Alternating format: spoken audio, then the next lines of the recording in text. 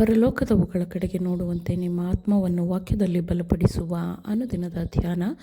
ಇಂದಿನ ಧ್ಯಾನದ ಶೀರ್ಷಿಕೆ ಪ್ರಾರ್ಥನೆ, ಬಲದ ರಹಸ್ಯ.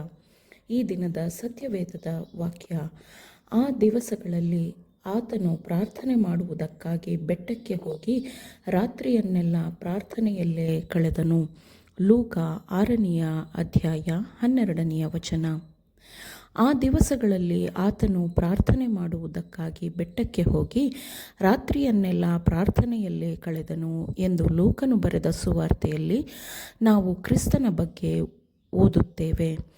ಲೋಕದ ಮನುಷ್ಯರು ಯಶಸ್ಸನ್ನು ಹೊಂದಲು ಆಗಾಗ್ಗೆ ಇಡೀ ರಾತ್ರಿಗಳನ್ನು ಯಶಸ್ವಿಗಾಗಿ ಯೋಜನೆ ಮಾಡುವುದರಲ್ಲಿಯೇ ಕಳೆಯುತ್ತಾರೆ. ಆದರೆ ಯೇಸು ಅನೇಕ ರಾತ್ರಿಗಳನ್ನು ಪ್ರಾರ್ಥನೆಯಲ್ಲಿಯೇ ಕಳೆದನು. ಬಲವಾಗಿ ಅಳುತ್ತಾ ಕಣ್ಣೀರಿನೊಂದಿಗೆ ದೇವರನ್ನು ಶ್ರದ್ಧೆಯಿಂದ ಹುಡುಕುತ್ತಿದ್ದನು ಮತ್ತು ತಂದೆಯೊಂದಿಗೆ ಒಬ್ಬಂಟಿಯಾಗಿರುತ್ತಿದ್ದನು. ಅವನು ಯಾತನೆಯ ತೊಂದರೆಯಲ್ಲಿದ್ದಂತೆ ತೋರುತ್ತಿತ್ತು. ಇದು ಏಕೆ ಹೀಗೆ? ತನಗೆ ಸ್ವಂತವಾಗಿರುವುದನ್ನು ಪಡೆದುಕೊಳ್ಳಲು ಅವನು ತನ್ನ ದ್ರಾಕ್ಷೆ ತೋಟಕ್ಕೆ ಬಂದನು. ಆದರೆ ಅವನನ್ನು ತಿರಸ್ಕರಿಸಲಾಯಿತು, ನಿಂದಿಸಲಾಯಿತು. ಆಗ ಅವನ ಶತ್ರುಗಳು ಅವನನ್ನು ಶಿಲುಬೆಗೇರಿಸಲು ಯೋಜನೆಗಳನ್ನು ಮಾಡುತ್ತಿದ್ದರು. ಪೈಶಾಚಿಕ ಕಾರ್ಯಭಾರಿಗಳಿಂದ ಅವನು ಹೆಚ್ಚು ಸುತ್ತುವರಿಯಲ್ಪಟ್ಟವನಾಗಿದ್ದನು.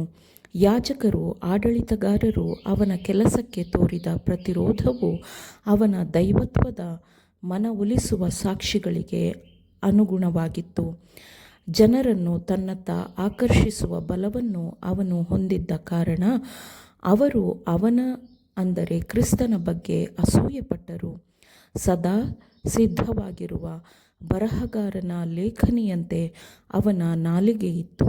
ಅವನು ಜ್ಞಾನದ ನಿಧಿಯಾಗಿದ್ದನು ಮತ್ತು ಅವನ ಸಾಮ್ಯಗಳು ಮತ್ತು ಅವನ ಮಾದರಿಗಳು ಅಜ್ಞಾನಿಗಳಿಗೆ ಸತ್ಯವನ್ನು ಸ್ಪಷ್ಟಪಡಿಸುತ್ತಿದ್ದವು. ಪುಸ್ತಕದ ಮೂಲಕ ಸತ್ಯವನ್ನು ಕಲಿಯಲು ಸಾಧ್ಯವಾಗದವರು ಆ ಸತ್ಯವನ್ನು ಪ್ರಕೃತಿಯಿಂದ ಕಲಿಯಬಹುದಿತ್ತು.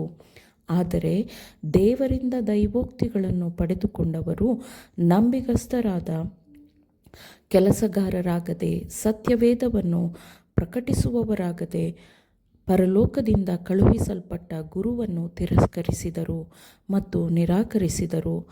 ಅವರ ಆತ್ಮ ಮತ್ತು ಅವರ ತತ್ವಗಳು ಶಾಸ್ತ್ರಗಳಿಗೆ ಸಂಪೂರ್ಣವಾಗಿ ವಿರುದ್ಧವಾಗಿವೆ ಎಂದು ಕ್ರಿಸ್ತನು ನೋಡಿದನು. ದೇವರ ವಾಕ್ಯವನ್ನು ತಪ್ಪಾಗಿ ಅರ್ಥೈಸಲಾಗಿದೆ ಮತ್ತು ತಪ್ಪಾಗಿ ಪಾಲಿಸಲಾಗುತ್ತಿದೆ ಎಂದು ಕ್ರಿಸ್ತನು ಗ್ರಹಿಸುತ್ತಾನೆ. ಶಾಸ್ತ್ರಗಳನ್ನು ಜನರಿಗೆ ಹೇಳಿಕೊಡುವ ಶಿಕ್ಷಕರು ತಮ್ಮ ವಿಕೃತ ಚಿಂತನೆಯ ಬೆಳಕಿನಲ್ಲಿ ಅವುಗಳನ್ನು ಓದುವಾಗ ಶಾಸ್ತ್ರಗಳನ್ನು ಸರಿಯಾಗಿ ಓದಲು ಸೂಚಿಸುವುದು ಎಷ್ಟು ಕಷ್ಟಕರವೆಂದು ಕ್ರಿಸ್ತನು ತಿಳಿದನು. ಆ ಜನರ ಹೃದಯಗಳನ್ನು ಮೃದುಗೊಳಿಸಲು ಮತ್ತು ಅವರನ್ನು ಒಂದು ನಿಯಂತ್ರಣದಡಿಗೆ ತರಲು ಏನು ಮಾಡಬಹುದು ಎಂಬುದೇ ಅವನ ಪ್ರಾರ್ಥನೆಯ ಹೊರೆಯಾಗಿತ್ತು. ಯಹೂದ್ಯರು ಮನಸ್ಸು ಮಾಡಿದ್ದರೆ ಪಶ್ಚಾತ್ತಾಪ ಪಡಬಹುದಿತ್ತು. ಆದರೆ ಅವರು ತಮ್ಮ ಸ್ವಾರ್ಥ ನೀತಿಯ ವಸ್ತ್ರಗಳನ್ನು ಧರಿಸಿದ್ದರು. ಅವರು ತಾವು ಅಬ್ರಹಾಮನ ವಂಶಸ್ಥರು ಎಂದು ಹೇಳಿಕೊಂಡರು ಮತ್ತು ಇಸ್ರಾಯೇಲರಿಗೆ ಮಾಡಿದ ಪ್ರತಿಯೊಂದು ವಾಗ್ದಾನವನ್ನು ತಮಗಾಗಿ ಮಾಡಿದವುಗಳು ಎಂದು ಭಾವಿಸಿದರು. ಆದರೆ ಮಾನಸಾಂತರಗೊಂಡವರು ಮಾತ್ರ ನಿಜವಾದ ಇಸ್ರಾಯೇಲರು, ಅಬ್ರಹಾಮನ ವಂಶಾವಳಿಯ ಹೆಸರನ್ನು ಹೊತ್ತವರಲ್ಲ. ಹಾಗಾದರೆ ಯಹೂದ್ಯರ ಶ್ರೇಷ್ಠತ್ವವೇನು? ಸುನ್ನತಿಯಿಂದ ಲಾಭವೇನು? ಎಲ್ಲ ವಿಷಯಗಳಲ್ಲಿಯೂ ಬಹಳ ಉಂಟು. ಮೊದಲನೆಯದಾಗಿ ದೈವೋಕ್ತಿಗಳು ಅವರ ವಶಕ್ಕೆ ಒಪ್ಪಿಸಲ್ಪಟ್ಟವು. ಹೊರಗೆ ಮಾತ್ರ ಯಹೂದ್ಯನಾಗಿರುವವನು ಯಹೂದ್ಯನಲ್ಲ, ಮತ್ತು ಹೊರಗೆ ಶರೀರದಲ್ಲಿ ಮಾತ್ರ ಮಾಡಿರುವ ಸುನ್ನತಿಯು ಸುನ್ನತಿಯಲ್ಲ. ಆದರೆ ಒಳಗೆ ಯಹೂದ್ಯನಾಗಿರುವವನೇ ಯಹೂದ್ಯನು, ಮತ್ತು ಹೃದಯದಲ್ಲಿ ಆಗುವ ಸುನ್ನತಿಯೇ ಸುನ್ನತಿ. ಇದು ಬಾಹ್ಯಾಚಾರಕ್ಕೆ ಸಂಬಂಧಪಟ್ಟದ್ದಲ್ಲ, ಆತ್ಮ ಸಂಬಂಧಪಟ್ಟದ್ದೇ.